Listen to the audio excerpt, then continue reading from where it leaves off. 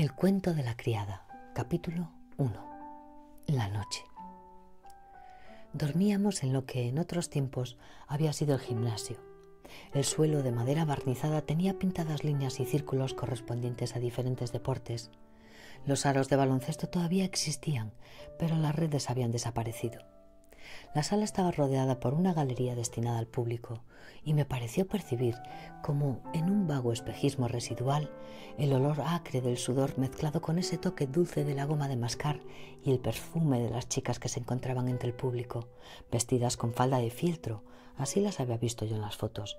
Más tarde con minifaldas, luego con pantalones, finalmente con un solo pendiente y peinadas con crestas de rayas verdes.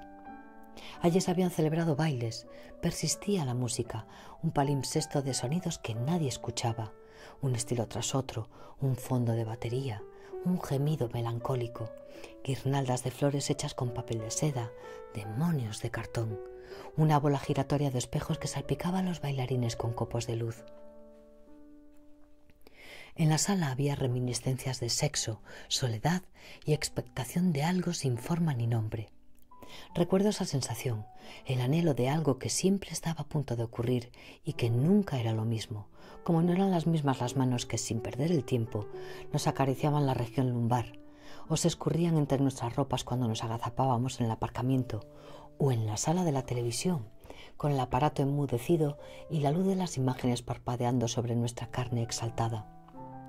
Suspirábamos por el futuro. ¿De dónde sacábamos aquel talento para la insaciabilidad? Flotaba en el aire y aún se respiraba, como una idea tardía, cuando intentábamos dormir en los catres del ejército dispuestos en fila y separados entre sí para que no pudiéramos hablar. Teníamos sábanas de franela de algodón, como las que usan los niños, y mantas del ejército, tan viejas que aún llevaban las iniciales US.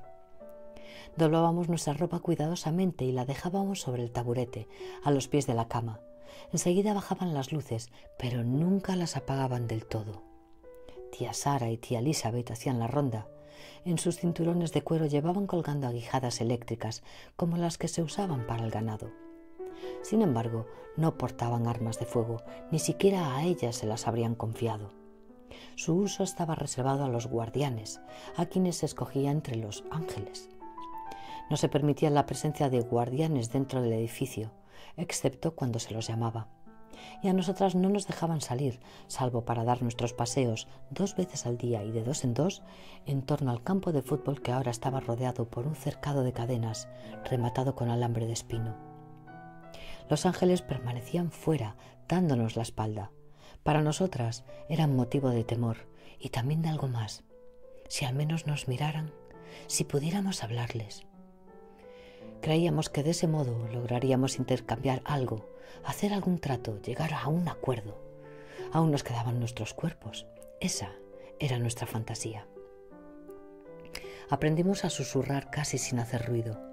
En la penumbra, cuando las tías no miraban, estirábamos los brazos y alcanzábamos a tocarnos las manos. Aprendimos a leer el movimiento de los labios. Con la cabeza pegada a la cama, tendidas de costado, nos observábamos mutuamente la boca. Así, de una cama a otra, comunicábamos nuestros nombres. Alma, Janine, Dolores, Moira, June. La compra. Una silla, una mesa, una lámpara. Arriba, en el techo blanco, una moldura en forma de guirnalda y en el centro de esta un espacio en blanco tapado con yeso, como el hueco que quedaría en un rostro después de arrancarle un ojo.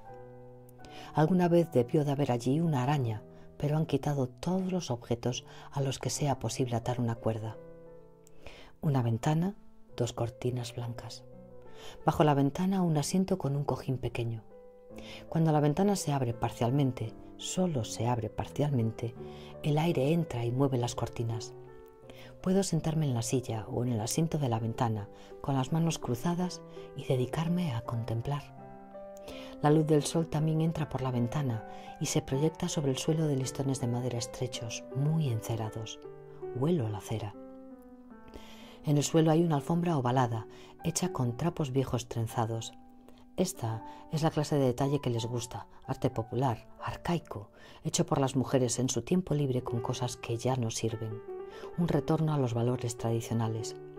Quien nada desperdicia, nada necesita. Yo no soy un desperdicio. ¿Por qué tengo necesidades? En la pared, por encima de la silla, un cuadro con marco pero sin cristal. Es una acuarela de flores, lirios azules. Las flores aún están permitidas.